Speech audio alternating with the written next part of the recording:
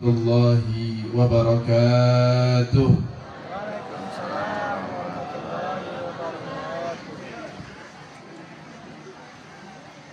Wa ajmalu minka lam taraqattu aini wa ahsanu minka lam talidin nisa'u.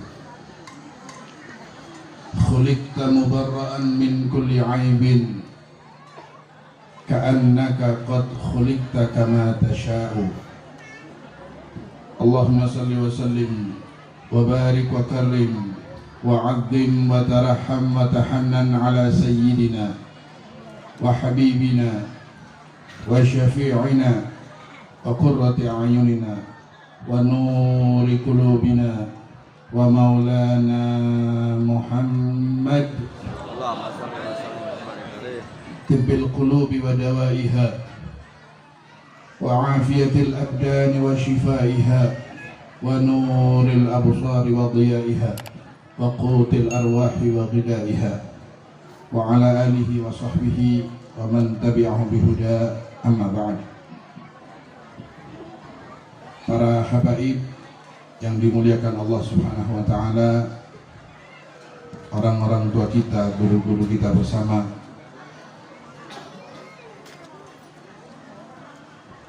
Al-Fadil min sulalatil afadil Al-Habib Salim bin Idrus As-Sekaf, orang tua kita, guru kita yang kita muliakan, kita doakan mudah-mudahan beliau selalu diberi sehat walafiat. Allah berkahi ilmunya, Allah berkahi umurnya, Allah berkahi rizkinya, Allah berkahi keturunannya, dan Allah jaga dan lindungi beliau dan keturunan serta jamaahnya, selalu istiqamah membimbing kita untuk meraih kemuliaan di dunia dan di akhirat kelak. Amin ya rabbal alamin. Guru kita bersama Khadimul Majlis Sayyid Al-Fadil Al-Habib Muhammad Nasir bin Uthman As-Sekaf juga kita doakan mudah-mudahan selalu sehat walafiat.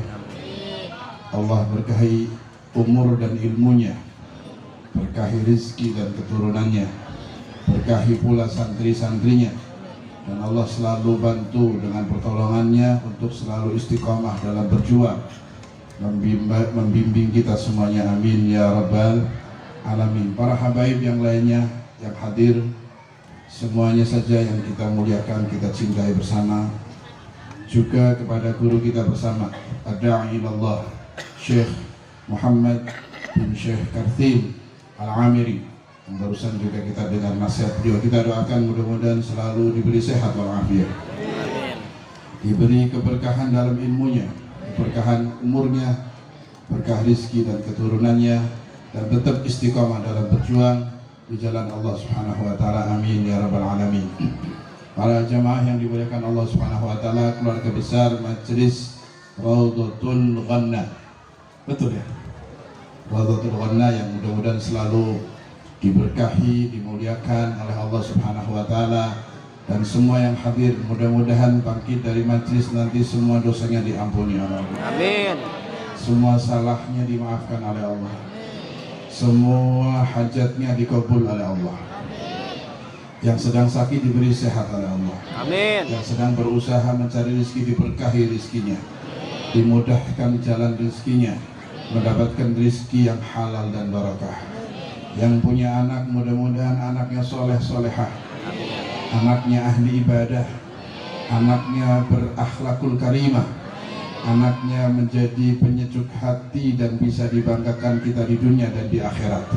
Anaknya bahagia, anaknya sejahtera, anaknya selamat dunia dan akhirat. Amin ya rabbal alamin. Yang sedang mencari ilmu mudah-mudahan diberkahi oleh Allah, mendapatkan ilmu yang manfaat, ilmu yang barakah, ilmu yang membawa keselamatan dunia dan akhirat, ilmu yang membawa kemuliaan dunia dan akhirat, ilmu yang menjadikan dirinya semakin dekat dan takut kepada Allah Subhanahu wa ta'ala, membawa keselamatan bagi sekitarnya insyaallah. Amin ya rabbal para jemaah yang dimuliakan Allah Subhanahu wa taala, tadi saya sempat berbunga-bunga hatinya.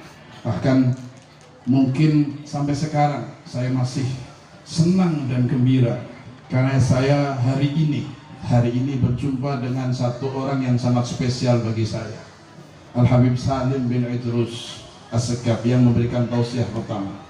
Beliau, tadi saya dengar dari beliau, umurnya 84 tahun. Umurnya berapa? Semangatnya sama kita lebih semangat beliau. Luar biasa. Yang disampaikan semuanya ilmu, yang disampaikan semuanya cahaya, nur dari Quran, yang disampaikan semuanya pelajaran yang mahal dari ketawaduan beliau, seorang yang sepuh, rendah dirinya beliau. Inilah tokoh atau orang yang jumpa dengan orang-orang mulia di zamannya. Beliau jumpa, bahkan hidup bareng, bahkan dekat dengan seorang imam, dengan seorang wali yang luar biasa, Habib Hussein bin Muhammad bin Zahir Al-Haddad, terkenal dengan Habib Hussein Jombang. Beliau yang membawa ke sini, katanya Habib Hussein yang membawa ke Purwakarta, hadiah dari Allah untuk kaum Purwakarta, Pleret dan sekitarnya sini. Dari Allah dikirim satu sosok habaib min dzurriyyah Nabi Muhammad SAW, ahli ilmu, tawadu, orang soleh, punya silsilah sanad emas yang luar biasa. Ketemu orang-orang besar yang kita nggak jumpa. Habib Hussein Jombang itu meninggal sudah berapa puluh tahun yang lalu. Kita nggak melihatnya, kita nggak pernah mendengar nasihatnya langsung. Tapi beliau ketemu langsung, hidup bersamanya, bahkan jalan bareng, duduk bareng, masya Allah. Tatap wajah beliau tadi, menatap wajah beliau adalah keberkahan yang besar buat kita semua yang hadir. Iya, menatapnya saja, apalagi sampai bisa bermusafahah, bisa duduk, bisa ngaji di sini tiap bulan, hadir majelisnya, bisa dekat dengan beliau, bisa khidmah dengan beliau, luar biasa. Karena orang-orang yang melihat orang-orang mulia, orang-orang yang pernah duduk dengan orang-orang mulia, apalagi belajar dengan orang-orang mulia, ini adalah modal besar untuk menjadi selamatnya kita dunia dan akhirat. Para sahabat Nabi itu istimewa, generasi yang termulia, orang-orang yang paling istimewa, yang tidak bisa dikejar kemuliaan sahabat dengan ibadah, bahkan dengan ilmu yang sangat tinggi, sekalipun dari kalangan bukan sahabat. Kalau ada tabi'in yang ilmunya tinggi, ibadahnya hebat, tetap nggak bisa, jangankan lebih, sama saja dengan sahabat, kemuliaan nggak sama. Kemuliaan sahabat nggak bisa tertandingi dengan ilmu dan amal bagi generasi setelahnya. Kenapa? Padahal sahabat ada yang mungkin biasa-biasa saja, nggak sealim tabi'in setelahnya. Bahkan mungkin ada sahabat yang ketemu Nabi cuma sebentar, kemudian Nabi meninggal. Ada yang masih kecil. Sahabat semuanya secara umum adalah generasi termulia yang kemuliaannya tidak bisa dikejar, apalagi ditandingi oleh generasi selanjutnya. Kenapa? Padahal tabi'in ada yang lebih alim mungkin dari sahabat, ada yang lebih banyak ibadahnya, ahli ibadah, tapi kemuliaannya tetap sahabat nggak bisa ditandingi karena satu penyebabnya. Kemuliaan sahabat yang nggak bisa dibayar dengan ilmu dan ibadah sekalipun. Satu, karena kemuliaan sahabat adalah manusia yang dipilih Allah bisa melihat wajah Nabi Muhammad SAW, menatap wajah Nabi langsung, hidup dengan Nabi, melihat keindahan Rasulullah, melihat wajah yang mulia, melihat akhlak yang spesial, duduk bersama, mengimani Nabi, sholat sama Nabi, berjuang sama Nabi, bahkan berperang bersama Nabi. Ini yang nggak bisa dikejar dengan apapun dari amal ibadah orang-orang setelahnya. Kemuliaan menatap wajah Nabi tidak bisa terbayarkan dengan ilmu dan ibadah sehebat apapun, karena melihat orang yang spesial. Nah, wajah Nabi ditatap oleh sahabat. Sahabat-sahabat yang menatap wajah Nabi adalah orang-orang yang mulia. Sehingga definisi sahabat adalah manusia yang hidup di zaman Nabi, berjumpa dengan Nabi, beriman dengan Nabi, dan meninggal dalam keadaan iman. Itulah sahabat Nabi. Siapapun, melihat atau dilihat bahkan.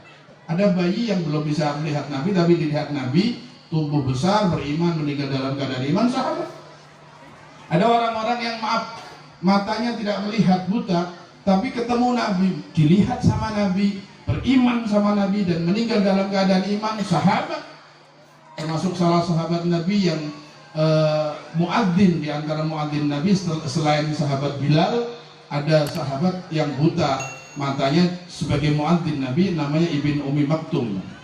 Ibn Ummi Maktum itu kalau adzan gantikan Bilal atau saat adzan subuh, Ibn Ummi Maktum itu nggak bisa melihat fajar karena matanya buta, tapi bisa mencium masuknya waktu fajar dengan ciuman, tajamnya penciuman, sehingga nggak bisa salah.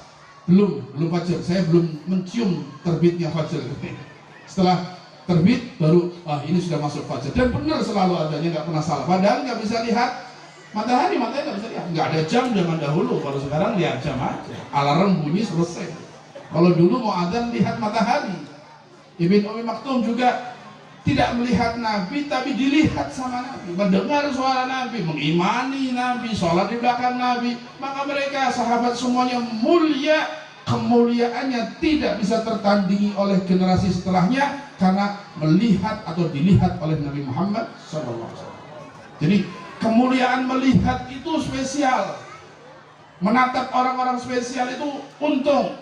Sahabat beruntung mendapatkan kemuliaan yang tak tertandingi karena melihat Nabi Muhammad SAW. Mencintai dan mengimani, melihat dengan ta'zim, melihat dengan yakin kebenaran Nabi, beriman kepada Nabi. Terus generasi sahabat yang paling mulia adalah yang paling banyak duduk dengan Nabi dan melihat wajah Nabi, yang sering melazimi Nabi, yang iman dan Islam yang pertama. Terus semakin dekat dengan Nabi semakin mulia.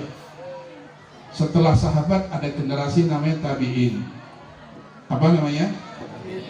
Tabi'in adalah generasi setelah sahabat yang tidak jumpa Nabi tapi jumpa sahabat. Para ulama ahli sunnah wal jamaah mengatakan, siapakah tabi'in yang paling istimewa? Tabi'in yang paling mulia siapa? Bukan yang paling alim, bukan yang paling banyak ilmu dan banyak ibadahnya, tapi tabi'in paling mulia dan spesial adalah tabi'in yang banyak melihat wajah sahabat dan banyak duduk dengan para sahabat. Semakin duduk banyak dengan sahabat-sahabat yang melihat Nabi, semakin banyak belajar dengan para sahabat, itu tabi'in paling spesial. Tabi'in paling mulia adalah yang paling banyak menatap wajah yang pernah lihat wajah Nabi Muhammad SAW, yaitu wajahnya sahabat. Yang paling banyak duduk dengan para sahabat, yang paling banyak dekat dengan para sahabat, yang paling banyak mengambil ilmu dan berkah dari para sahabat, itulah tabi'in paling spesial. Karena menatap para sahabat adalah menatap orang-orang yang pernah menatap wajah Nabi Muhammad SAW. Ini rahasia menatap, ketemu dengan orang-orang mulia. Makanya tadi saya bilang, kalian beruntung melihat Habib Salim. Habib Salim itu melihat guru-gurunya. Salah satunya adalah Habib Hussein bin Muhammad bin Tahir Al-Haddad, seorang ulama besar, wali besar yang dikubur di Tegal. Kebetulan tadi beliau cerita. Saudaranya Habib Alwi bin Muhammad bin Tahir Al-Haddad di Bogor. Habib Hussein dan Habib Alwi melihat ayahnya Al-Imam Al-Qutub Habib Muhammad bin Tahir, seorang imam, seorang wali kutub yang makamnya di Haddad, dan haul pertama yang ada di Indonesia yang dibuat oleh kalangan habaib adalah haulnya Habib Muhammad bin Tahir Al-Haddad. Wali besar Habib Muhammad bin Tahir. Natap wajah wali. Habib Muhammad bin Tahir natap ayahnya dan guru-gurunya. Ayahnya natap ayahnya lagi, ayahnya natap ayahnya lagi, mata ketemu mata, mata ketemu mata, sambung sampai Nabi Muhammad SAW. Natap tatapannya bersambung sampai Nabi. Ciuman tangannya, kalau kalian cium tangan Habib Salim tadi, Habib Salim mungkin pernah mencium Habib Hussein. Habib Hussein cium ayahnya, terus tangan ketemu tangan, cium ketemu cium, ketemu sampai tangan termulia yang pernah ada di alam semesta, tangan Nabi Muhammad SAW.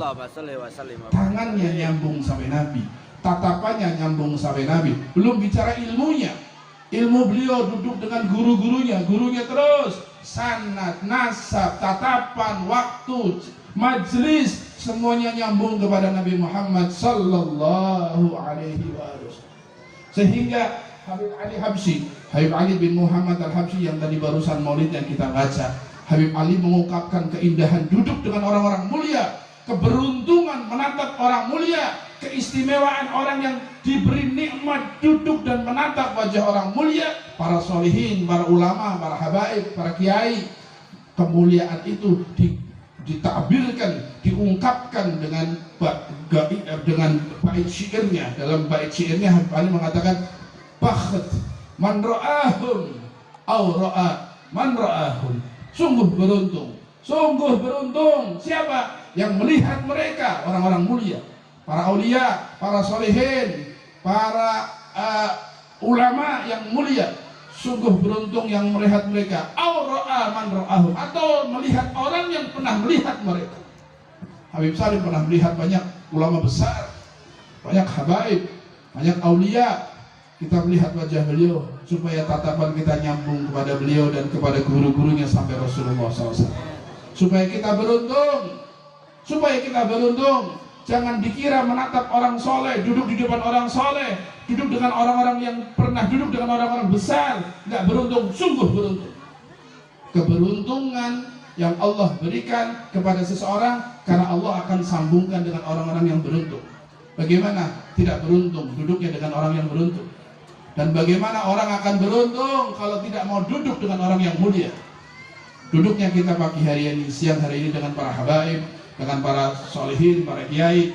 Beruntung kita, alhamdulillah, syukur pada Allah. Mudah-mudahan yang hadir dari majelis ini tidak ada satupun yang ditolak hajatnya, tidak ada satupun yang tidak mendapatkan keberkahan. Semuanya mendapat berkah, semuanya mendapatkan keberuntungan, semuanya pulang mendapatkan keselamatan, kebahagiaan, hajatnya diqadha, hajatnya dikabul. Yang hadir semuanya tidak bangkit kecuali menjadi orang-orang yang selamat, orang yang mulia, orang yang bahagia dunia dan akhirat. Amin Allahumma amin ya rabbal. Ada dua kisah yang kaitannya dengan melihat orang soleh, menatap wajah orang-orang mulia. Kisah yang pertama akan saya kisahkan dulu di zaman Sultanul Aulia Syekh Abdul Qadir Jilani yang sering kita dengar, yang manaqibnya sering dibaca. Sayyidina Syekh Abdul Qadir Jilani pernah datang ke satu kampung.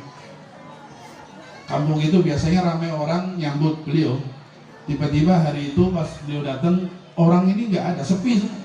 Pada masuk rumah dan rumahnya ditutup. Bingung, nggak seperti biasanya. Kok rumah pada tutup, masih siang. Orang yang biasanya ramai nggak ada. Muncul satu orang di kampung itu yang keluar dari rumah mendekat ke Syekh Abdul Qadir Jilani. Syekh Abdul Qadir Jilani tanya, ada apa nih kok sepi, nggak seperti biasanya, dan rumah itu ditutup masih siang? Iya, ada kejadian yang menakutkan Syekh. Apa itu? Kami kemarin baru saja mengubur satu jenazah, satu mayit, orang fasik dari kampung kita yang biasa mabuk-mabukan, yang biasa maksiat, meninggal kemarin. Terus kami kubur, karena dia muslim, kami kubur. Setelah dikubur, kalau sudah semacam ini sore terus malam sudah sunyi, maka terdengar jeritan dari kuburan orang tadi, tangisan yang dahsyat. Orang-orang kampung ini bentar lagi kalau sudah sore, maghrib, malam, mereka akan dengar itu, akan semakin nyaring suaranya ke kampung kita. Maka mereka takut, mulai pada masuk, anak-anak kecil masuk, karena mayit yang kemarin kita kubur, orang yang ahli maksiat itu diadab sampai jeritanya kita dengar, tangisannya kita dengar. Bentar lagi kita akan semakin jelas. Kuburannya jauh, tapi kalau malam itu suaranya nyaring banget. Kata Syekh Abdul Qadir Jilani, mana kuburannya? Tunjukkan kepada saya. Mari kita doakan, mudah-mudahan minimal suara ceritanya nggak didengar kalian lagi. Hai, diantar. Panggil beberapa orang tokoh di kampung situ, dipanggil beberapa orang, kumpul, jalan ke kuburannya. Di hadapan kuburan mayit yang tadi ceritanya didengar, semakin dekat semakin dengar, sudah dengar suaranya. Subhanallah. Kata Syekh Abdul Qadir Jilani, kita doakan, mudah-mudahan Allah angkat siksanya. Minimal kalau memang harus disiksa, suaranya jangan kita dengar lagi di kampung ini, suaranya jangan didengarkan sama Allah. Tapi sebelum berdoa, sebelum Syekh Abdul Qadir, seorang wali besar, mau berdoa kepada seorang muslim fasik yang disiksa di kubur, Apa yang ditanyakan oleh Syekh Abdul Qadir Jailani? Syekh Abdul Qadir mau berdoa, tanya dulu. Orang kampung sini, ini kan tetangga kalian ya. Kalian pernah lihat orang ini hadir di majelis saya? Majelisnya nggak jauh dari kampung situ. Pernah nggak ini orang ini pernah sekali hadir ke majelis saya? Semua bingung, nggak bakal ke majelis orang ahli maksiat, mabuk, mainnya sama orang nggak bener, ke majelis kayaknya nggak pernah. Orang kampung itu sepakat, kalau ke majelis kayaknya nggak pernah Syekh. Wah, sebentar, ke majelis nggak pernah, tapi pernah nggak ketemu saya, jumpa, salaman, cium tangan? Walaupun nggak di majelis saya, di sini di kampungnya saya kan sering ke sini. Kayaknya juga nggak pernah.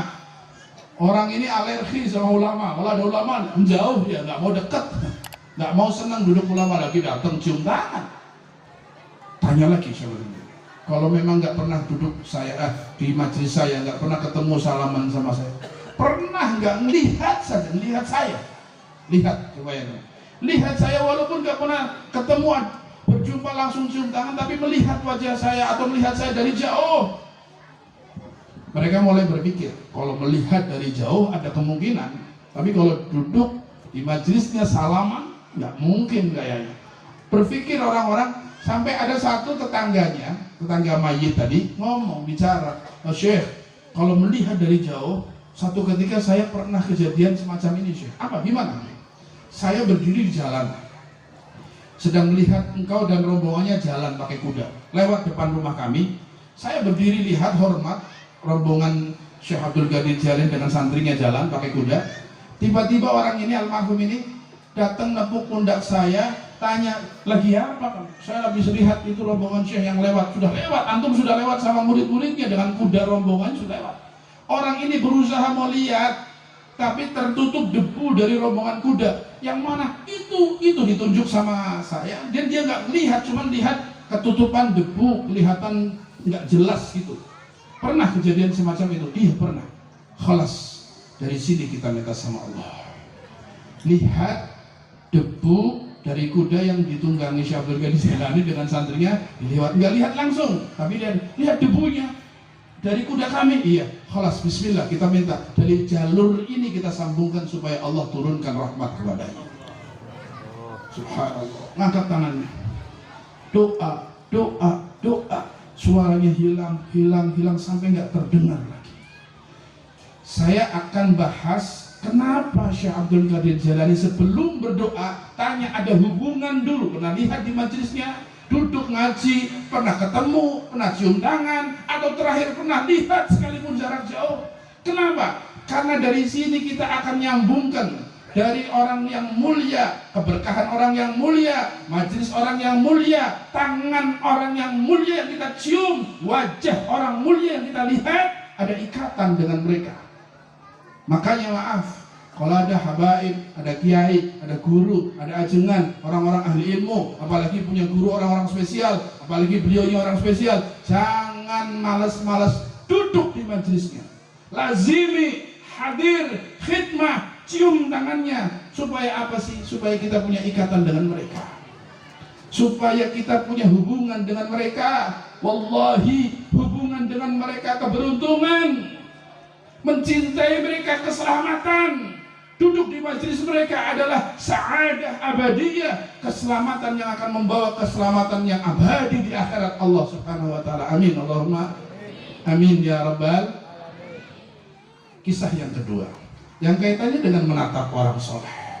Kalau tadi ahli fasik, ahli maksiat yang disiksa dalam kubur, melihat debunya seorang ulama besar, seorang wali besar, debu dari kudanya, bisa selamat dengan doanya. Padahal jauh dari ulama, padahal ahli maksiat, tapi beruntung melihat, pernah penasaran, mana Syekh Abdul Qadir Jailani, melihat saja, Masya Allah, bagaimana yang duduk di majelisnya, bagaimana yang khidmah membantu majelisnya, bagaimana yang cinta sama mereka, setiap hari kumpul dengan mereka, Masya. Yang kedua, ada satu kampung itu dilanda kekeringan, apa namanya, kemarau ya, kemarau panjang, nggak pernah turun hujan, kering, panen gagal, gak ada yang tanam. rumput kering semuanya, ternak kurus semuanya karena nggak ada rumput. Kambing, sapi, kerbau, onta, nggak ada yang bisa makan, kering. Air susah, ternak banyak yang mati, tanaman nggak ada yang panen, paham ya? Bingung, kemaraunya panjang, akhirnya kumpul. Kita sholat istisqa. Sholat apa? Sholat minta apa itu? Minta duit. Minta apa? Hujan. Ada sholat minta duit nggak nih? Sholat minta hujan. Sholat supaya diturunkan hujan. Sholat istisqa sunnah Nabi Muhammad SAW. Dan sunnahnya dikerjakan sama semua kalangan. Orang tua yang jarang keluar dibawa keluar, bayi yang masih menyusui ibunya dibawa keluar, ternak yang kurus bawa keluar, supaya Allah lihat ada bayi yang gak berdosa, ada orang tua yang uzur, ada ternak yang kurus. Akhirnya Allah turunkan kasih sayangnya, rahmat, sehingga kasih hujan. Tujuannya bahwa orang-orang yang lemah tadi, bayi yang masih kecil, orang tua yang sepuh, ternak dibawa kumpul di lapangan, sholat kemudian berdoa istighosah supaya diturunkan hujan. Sudah istisqa, nggak hujan. Jumat berikutnya dipilih hari Jumat, hari yang bagus, sholat lagi nggak hujan.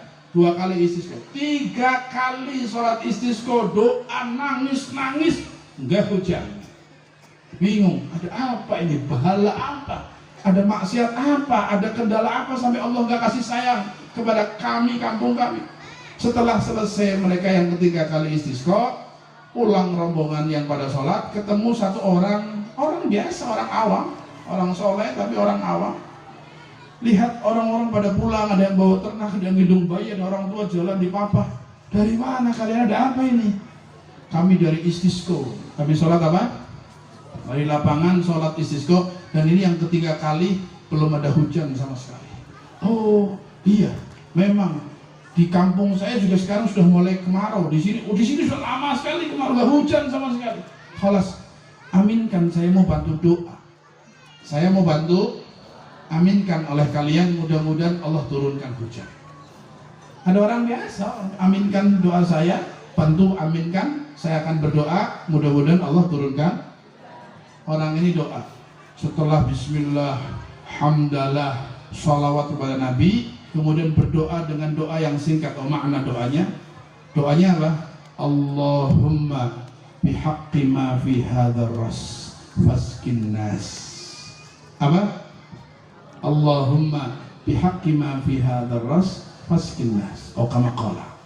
Ya Allah, berkat kemuliaan yang ada di kepalaku ini, berkat keistimewaan yang ada di kepalaku ini, turunkan hujan untuk mereka manusia. Berkat kemuliaan yang di kepalaku ini, turunkan hujan untuk mereka. Cuma doa itu, nggak panjang-panjang, nggak pakai macam-macam bahasa. Bahasanya sederhana, diawali dengan bismillah, hamdalah dan sholawat, kemudian mengatakan, ya Allah, berkat kemuliaan yang ada di kepalaku, turunkan hujan untuk mereka manusia. Allah, turun hujan. Hujan turun, gak lama mereka pulang ke rumah masing-masing, mendung hujan malam itu, sampai mereka senang sekali. Subhanallah, sudah lama gak hujan, ternak banyak yang mati, tanaman gagal panen semuanya, susah air, hujan luar biasa, sampai akhirnya orang tadi dicari sama banyak orang tadi yang lihat tuh.